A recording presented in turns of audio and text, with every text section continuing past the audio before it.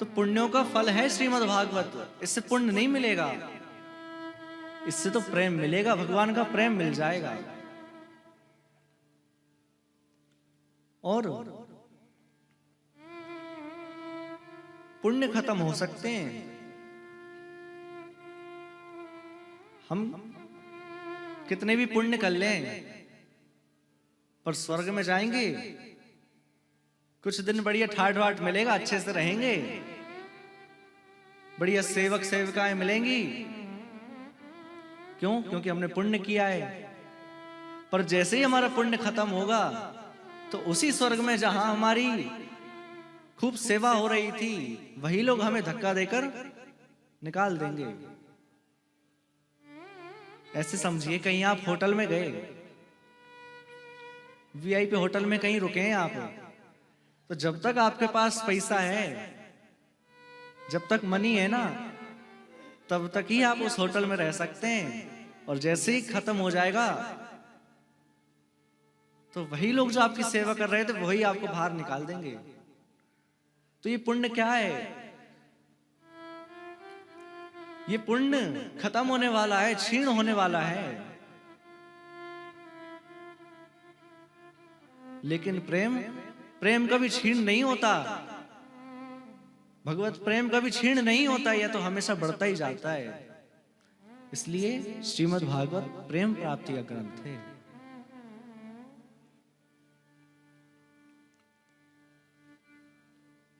और ऐसा श्रीमद् भागवत जो साक्षात श्री कृष्ण का स्वरूप है, साक्षात श्री कृष्ण है ये। आप बिल्कुल ये मत सोचिए कि हम ग्रंथ की कथा सुन रहे हैं, पुराण की कथा सुन रहे हैं, नहीं, हम साक्षात श्री कृष्ण को सुन रहे हैं। जब तक मैं यहां से कथा कर रहा हूं और मेरे कहे शब्द आपके कानों से अंदर जा रहे हैं ना, तो ये सामान्य शब्द नहीं है, ये साक्षात श्री कृष्ण ही आपके कानों से अंदर प्रवेश कर रहे हैं। साक्षात श्री कृष्ण अंदर जा रहे हैं। अद्भुत है ये श्रीमद् भागवत। कल हम लोग सुन रहे थे, पितामह भीष्म ने बड़ी प्यारी स्तुति की है। और क्या मांगा है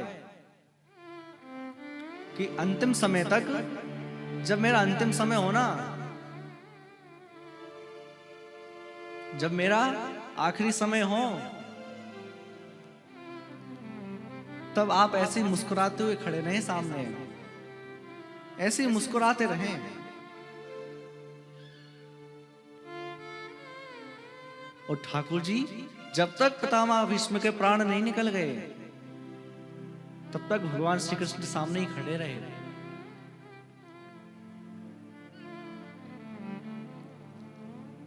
हम भी ठाकुर जी से क्या कहें?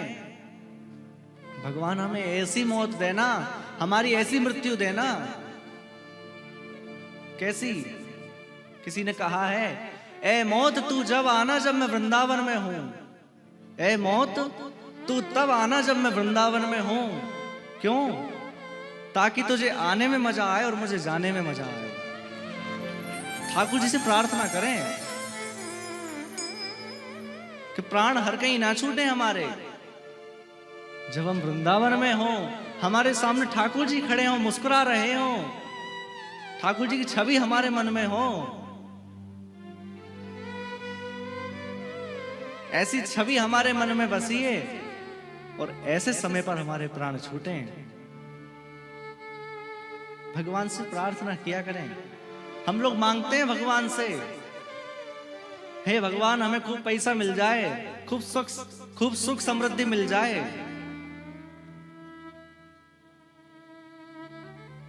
पर आपने कभी भगवान से ये मांगा कि भगवान ऐसी कृपा करना कि हमारे अंतिम समय में आपका दर्शन हो जाए? ठाकुर जी से मांगे, इतना तो करना स्वामी, जब प्राण तन से निकले। इतना तो करना स्वामी, जब प्राण और गोविंद नाम लेकर मेरे प्राण तन से निकले। गोविंद नाम लेकर मेरे प्राण तन से निकले। और श्री गंगा जी का तट हो, यमुना का वशीवट हो, श्री गंगा जी का तट हो, यमुना का वशीवट हो, मेरा सावरा निकट हो, जब प्राण तन से निकले। मेरा सावरा निकट जब प्राण तन से। ठाकुर जी से प्रार्थना किया करें, जब ठाकुर जी के सामने जाए ना तो ऐसा नहीं है कि उन्हें बढ़िया ठंडे ठंडे पानी से नहला दो और नहलाकर कपड़े पहनाकर आरती उतारकर और बिठा दिया, फिर 24 घंटे उनसे कोई मतलब नहीं है हमें से। अब बैठे रहो आप अलमारी में बंद बैठो वहीं, ऐसे ठाकुर जी को नहीं रखना है। अरे भैया ठाकुर जी से जाकर सामने बात किया करो, ठाकुर जी से जाकर पूछा करो, हे प्रभु आप कैसे हैं, उनके हालचाल पूछा करो। एक बात सोचो आप, कोई व्यक्ति आपसे बार बार आकर शिकायतें करे, मान लो आपका पड़ोसी हो, बार बार शिकायत करे, दिन में 4 बार शिकायत करे, तो क्या वह व्यक्ति आपको अच्छा लगेगा? अरे आप भी सोचोगे, एक बार हमने सुन लिया, तुमने कह दिया, अब वही बात तुम बार बार हमसे कहोगे तो इरिटेट हो जाएंगे ना। तो भैया हम ठाकुर जी के सामने क्यों लिस्ट लेकर जाते हैं, क्यों मांग पत्र लेकर ले जाते हैं सामने ठाकुर जी के? ठाकुर जी से ये क्यों नहीं पूछते कि आप कैसे हैं, आपने ठीक से भोजन पाया कि नहीं, आपने ठीक से भोजन पाया? ऐसा तो नहीं रात में आपकी नींद पूरी ना हुई हो सही से, आप जाके उनसे बात करते हैं? केवल ठाकुर जी को ठाकुर जी मानने से काम नहीं चलेगा, जब तक हम ठाकुर जी को अपना परिजन नहीं मानेंगे, अपना स्वजन नहीं मानेंगे ना, तब तक ठाकुर जी भगवान बने बस बैठे रहेंगे। हमारे गोवर्धन में अष्टयाम सेवा होती है श्रीनाथ जी की, तो वहां एक बाबा रहते थे, बड़े भाव से सेवा करते थे, अपने ठाकुर जी को लाला मानते थे, बालक मानते थे। अब ऐसे ही कड़ाके की ठंड पड़ रही थी और अष्टयाम सेवा में ऐसा नियम रहता है कि जब भी ठाकुर जी के पास जाए तो पूरे स्वच्छ वस्त्र पहनकर, नहा धोकर, पवित्रता से जाएं। अब जैसे ही रात हो, बाबा थोड़ा ओढ़कर सोने के लिए तैयार हों, ठाकुर जी के मंदिर से आवाज आए, बाबा देखो ना आके, ये मेरी रजाई खिसक गई है, ने किसको सही कर दो,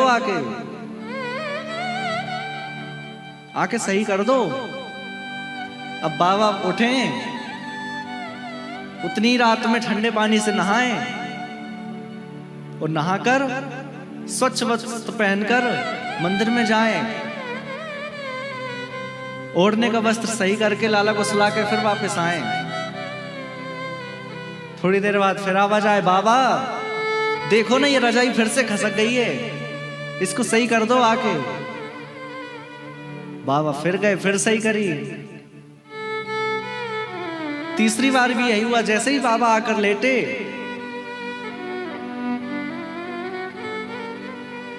और उधर से आवाज आई मंदिर में से, बाबा इधर आकर देखो ना ये छिपकली है, मुंह को डरा रही है, परेशान कर रही है।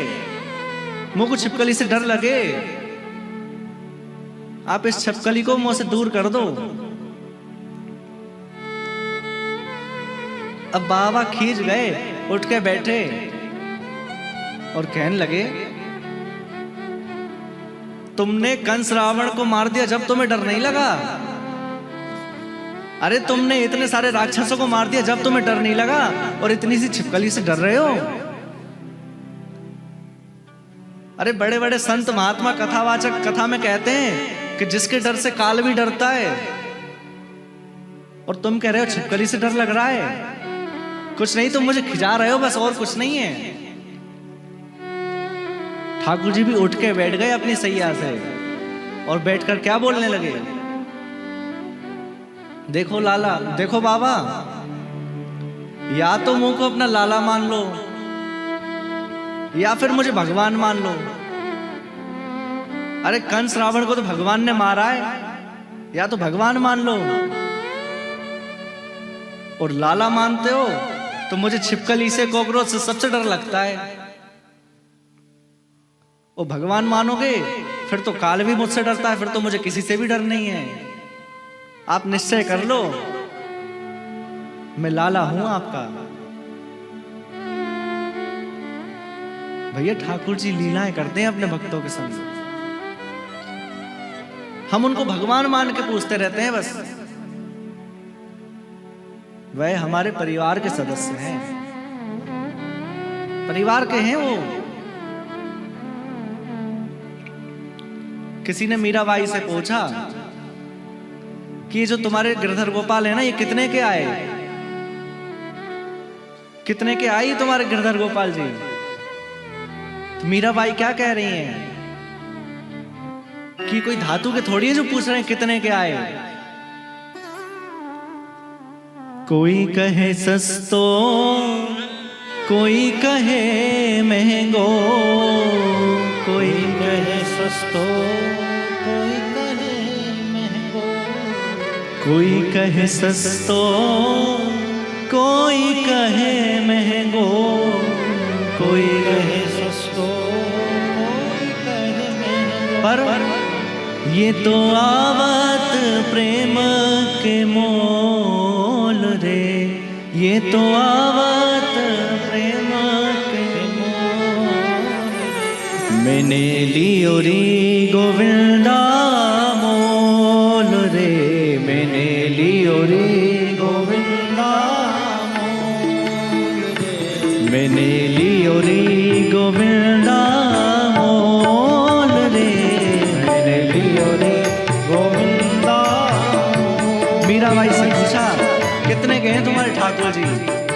मीराबाई कह रही हैं क्या, ये तो आवत प्रेम के मोल रे, ये तो आवत प्रेम के मोल। मैंने लियो री गोविंदा मोल रे, मैंने लियो री गोविंदा। हो मायरी मायरी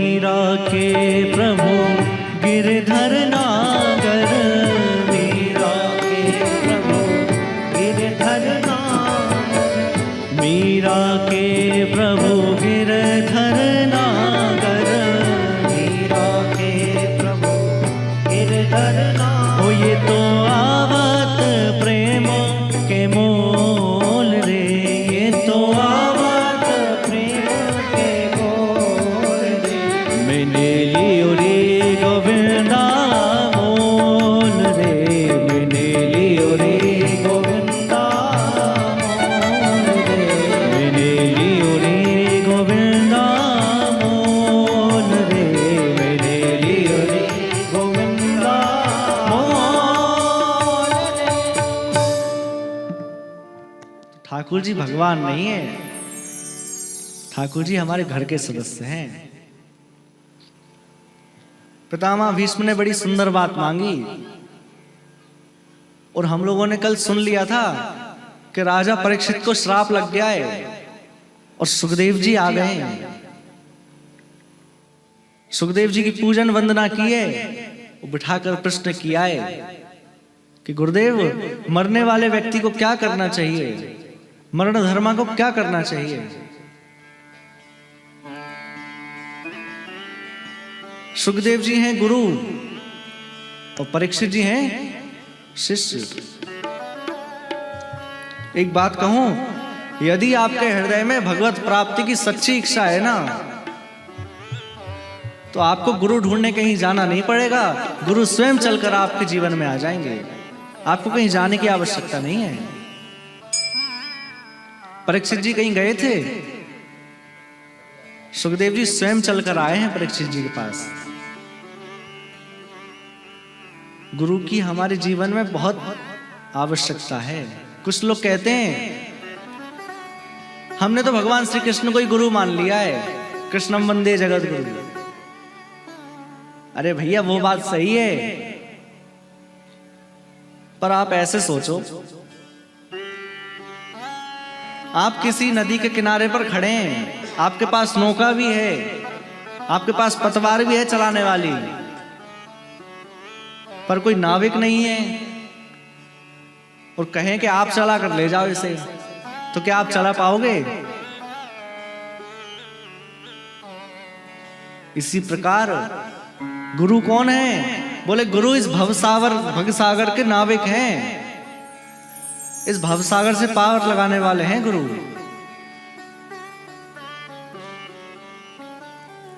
गुरु की बड़ी आवश्यकता है हमारे जीवन में।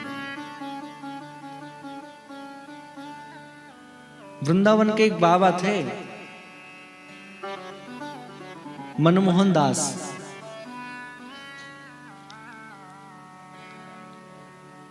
वृंदावन में एक बाबा थे कुछ समय पहले, मनमोहन दास।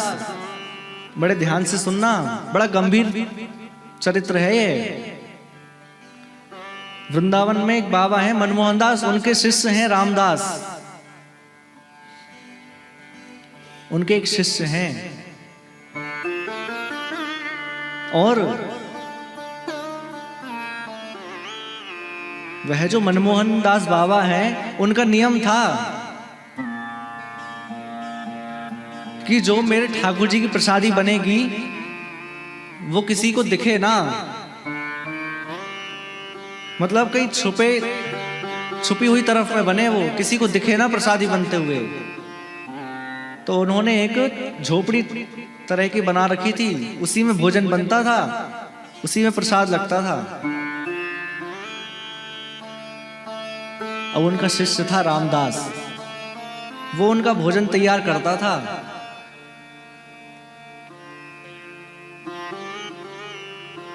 एक बार क्या हुआ,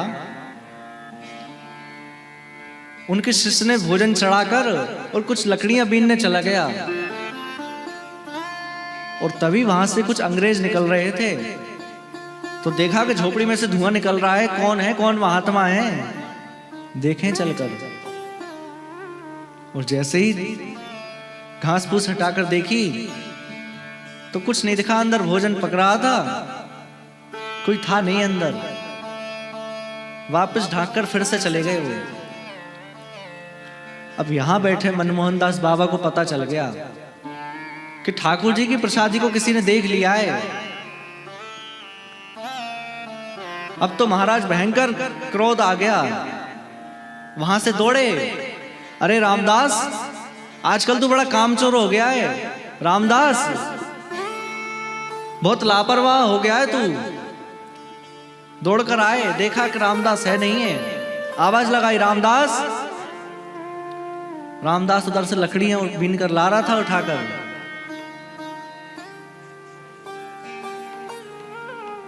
जी गुरुदेव बताइए क्या बात है।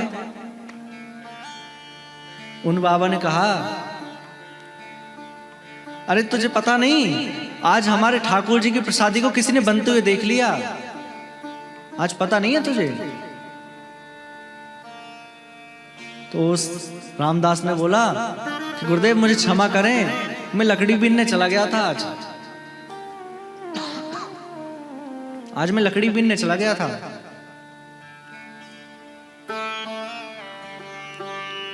अब गुरुदेव को बड़ा क्रोध तो आ ही रहा था, हाथ में से एक लकड़ी उठाई और रामदास को मारना प्रारंभ किया। गुरुजी ने इतना मारा, इतना मारा, रामदास हाथ जोड़कर सिर नीचे करके खड़ा है। ये भी नहीं पूछ रहा है कि गुरुदेव मेरी क्या गलती थी, मैं तो यहां था भी नहीं, अब मत मारिए, अब बंद हो जाइए, कुछ नहीं कह रहा है, हाथ जोड़कर खड़ा है।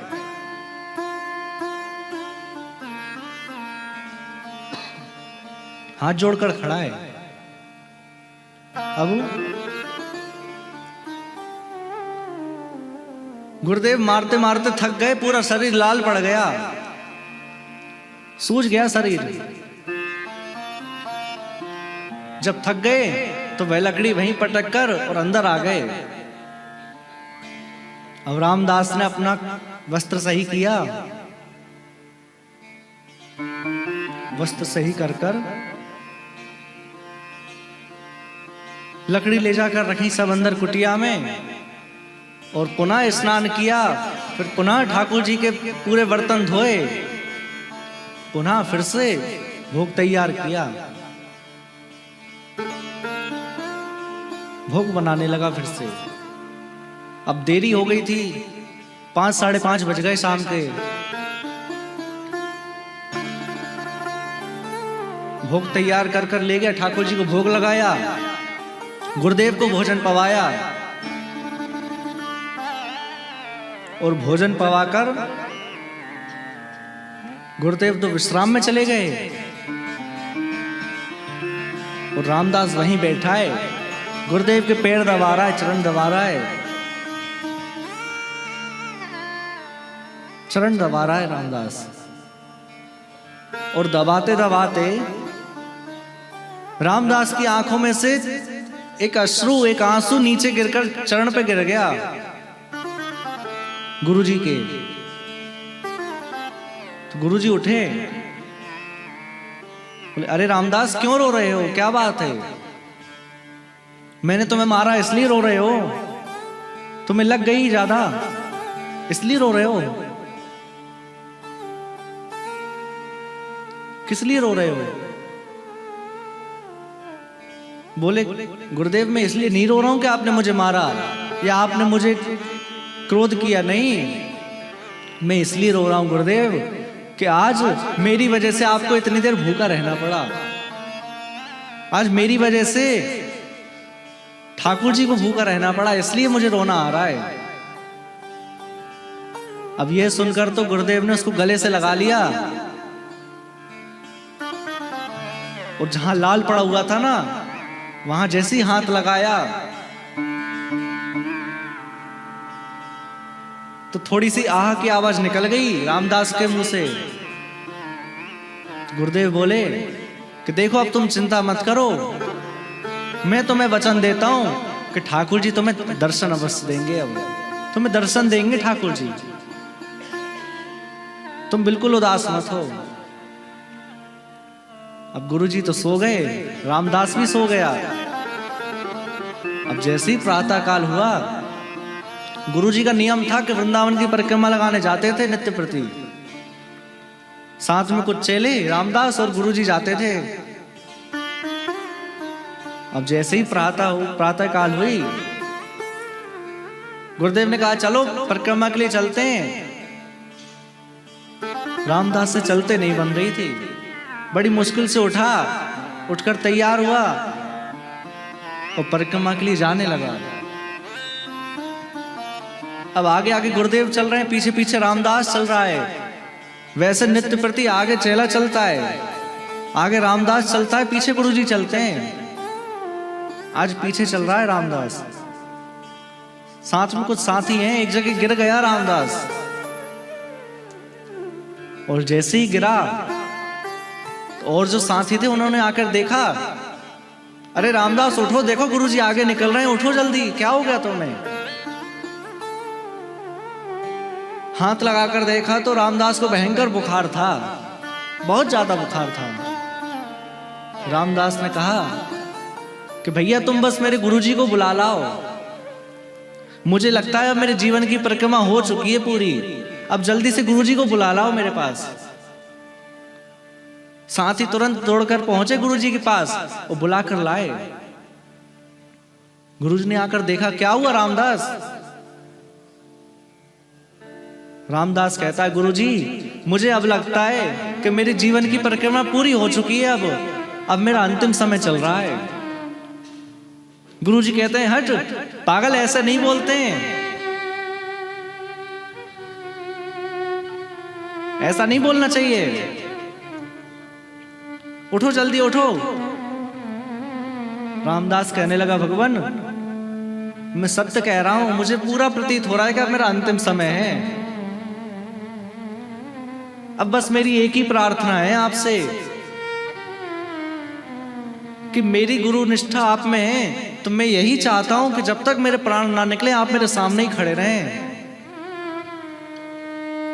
सामने ही खड़े रहें। अब गुरुजी सामने खड़े हैं। धीरे धीरे रामदास का शरीर अकड़ने लगा, धीरे धीरे रामदास का शरीर शून्य पड़ने लगा।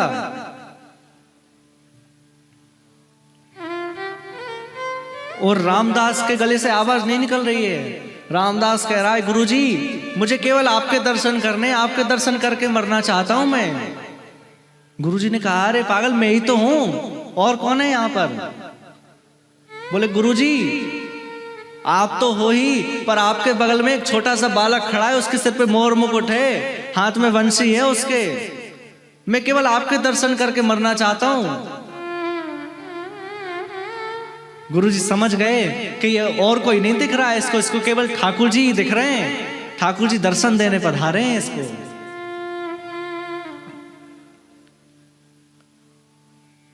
और गुरुजी के और भगवान श्री कृष्ण के दर्शन करते करते उसके प्राण निकल गए। गुरुजी ने कहा था कि तुम्हें दर्शन होगा भगवान का। गुरु के प्रति वचनों में कैसा विश्वास, गुरु के चरणों में कैसी श्रद्धा। गुरुदेव को नहीं पता था कि इसका अंतिम समय चल रहा है। भगवान श्री कृष्ण ने दर्शन दिए आकर। इसलिए मैं एक बात कहता हूं कि जरूरी नहीं है दीक्षा लेने से गुरु बने। गुरु बनाने के लिए दीक्षा लेना आवश्यक नहीं है, गुरु बनाने के लिए दिशा लेना आवश्यक है। दिशा अगर हमें मिल रही है तो गुरु हमारे बने हैं। फिर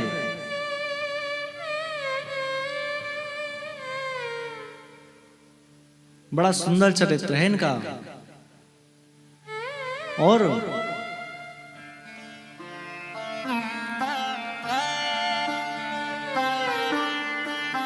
गुरु का गुरुत्व और शिष्य का शिष्यत्व ये बहुत महत्वपूर्ण है। आप लोगों ने सुना होगा, एक गुरुजी थे, उनका एक शिष्य था, वह उनमें बहुत श्रद्धा रखता था, इतनी श्रद्धा रखता था कि कहीं छोड़कर जाता ही नहीं था गुरुजी को।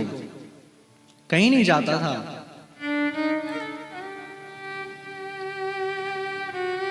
पर एक बार क्या हुआ कि गुरुजी पदभ्रष्ट हो गए। गुरुजी ने आश्रम में एक महिला ले आए, महिला लाकर रख ली। तो आश्रम के जितने और सारे शिष्य थे वो सब तो चले गए, एक ही शिष्य बचा, यही। अब गुरुजी की खूब सेवा करता, गुरु माँ की सेवा करता, वो खूब भाव से रहता साथ में। एक दिन भगवान इसकी गुरु श्रद्धा पर रीझ गए। गरुड़ से कहा चलो इसको लेके आएंगे। ठाकुर जी सामने आकर खड़े हो गए, बोले चलो तुम, हम तुम्हें लेने आए हैं। गुरु के प्रति श्रद्धा ये देखकर हम रह नहीं पाए, तुम्हें लेने आए हैं, चलो साथ में। इसने कहा मैं चलूंगा तो सही, पर एक बार मैं जाकर गुरुजी से पूछाऊं कि भगवान मुझे लेने आए हैं, मैं चले जाऊं। अब तो भगवान और ज्यादा रीझ गए कि बताओ मेरे साथ जाने में भी ये पूछने जा रहा है, और ज्यादा रीझ गए। कहा जाओ पूछाओ। गुरुजी के पास गया शिष्य और जाकर कहने लगा गुरुजी गुरुजी भगवान आए हैं मेरे को लेने, आप कहें तो मैं चला जाऊं। गुरुजी ने कहा कि एक काम करो, जाकर भगवान से कहो कि हमारे गुरुजी को भी ले चलें साथ में। गुरुजी जाएंगे तो ही मैं जाऊंगा। अब जाकर भगवान से कहा कि भगवान अगर गुरुजी को आप ले चलेंगे साथ में तो ही मैं चल पाऊंगा, नहीं तो नहीं चलूंगा। भगवान ने कहा देखो गुरुजी को तो हम नहीं ले जा सकते क्योंकि वो पद भ्रष्ट हो चुके हैं, अब उनको हम नहीं ले जाएंगे, तुम्हें चलना है तो चलो। उस शिष्य ने कहा कि आप चले जाओ, आपका वैकुंठ आप ही रखो, मुझे नहीं जाना। अरे मेरी गुरु भक्ति से आप रीझ कर आए हैं तो उन्हीं की वजह से तो रीझ हैं, और उन्हीं को नहीं ले जा रहे हैं अब आप। भगवान ने कहा चलो, बोल दो चले गुरुजी के साथ में। दौड़ता हुआ गया, कहा कि गुरुजी चलो, आपको भी भगवान बुला रहे हैं, चलो जल्दी। अब वो शिष्य और गुरुजी आ गए भगवान के पास।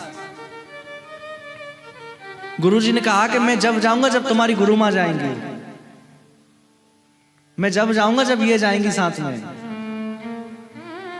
भगवान ने कहा देखो तुम चल रहे हो तो चलो, गुरुजी को भी ले चलता हूं, पर मैं उनको तो बिल्कुल ले जाऊंगा जिनकी वजह से आज इनकी भक्ति नष्ट हो गई है, उनको नहीं ले जाऊंगा मैं। तो शिष्य ने कहा कि फिर आप चले जाओ, क्योंकि गुरु मां नहीं जाएंगे तो गुरुजी नहीं जाएंगे, गुरुजी नहीं जाएंगे तो मैं नहीं जाऊंगा, आप चले जाओ। फिर अंत में भगवान ने कहा कि चलो एक काम करो, गुरु मां को भी बुला लो। तो वह शिष्य गुरुजी और गुरु मां और भगवान सब गरुड़ पे बैठे और वैकुंठ में चले गए। केवल और केवल शिष्यत्व की वजह से, गुरु के प्रति श्रद्धा की वजह से।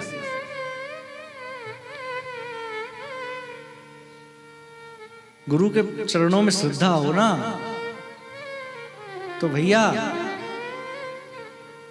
भगवान भी आपके सामने आकर खड़े हो जाते हैं।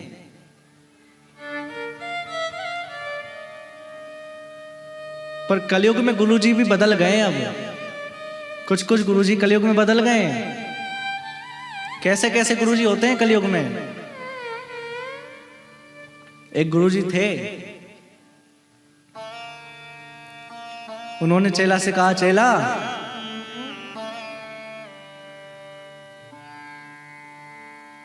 बाहर जाकर देखो, बाहर वृक्ष से हमारी गाय बंधी है, उसको जाकर मुक्त कर दो, छोड़ दो उसको, रस्सी खोलकर अंदर ले आओ। तो उस शिष्य ने कहा कि भगवान बंधन से मुक्त करना तो आप ही का काम है। आप जैसे गुरु ही बंधन से मुक्त कर सकते हैं, मैं क्या बंधन से मुक्त करूंगा। गुरु जी समझ गए कि गुरु नहीं चेला ही मिला है हमें, पूरा गुरु ही मिला है, चेला नहीं है ये। बोले अच्छा ठीक है चलो कोई बात नहीं।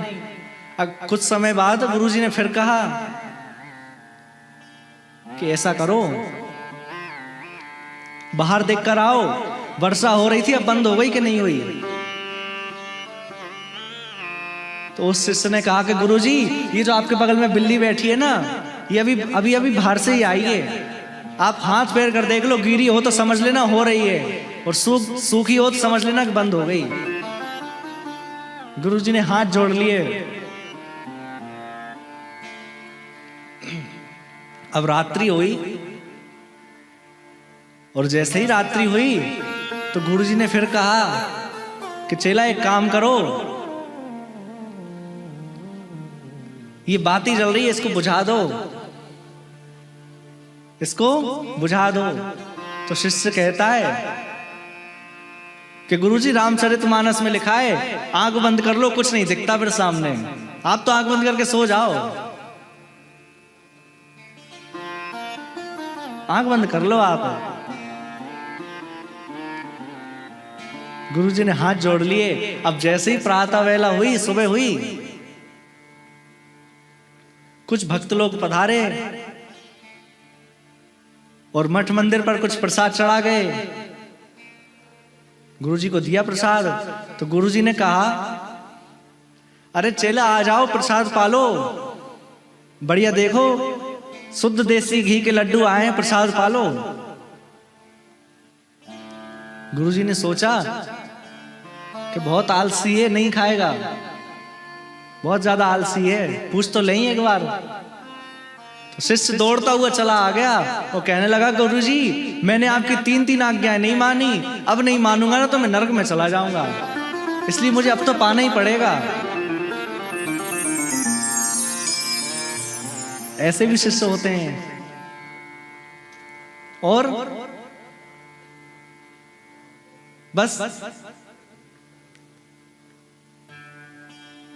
गुरुजी कैसे होते हैं मैं वो बताऊं। एक गुरुजी थे, एक गुरुजी थे गर्ग जी, वो हरियाणा के नहीं थे।